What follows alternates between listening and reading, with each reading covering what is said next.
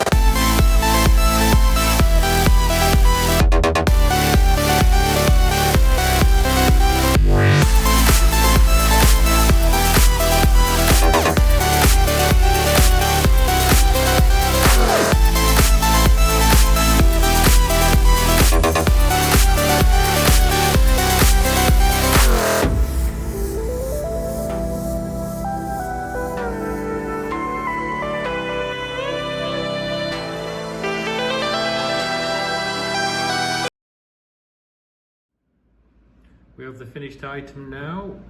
The only difference is this, I've made this 6mm threaded so that it screws onto this shaft here.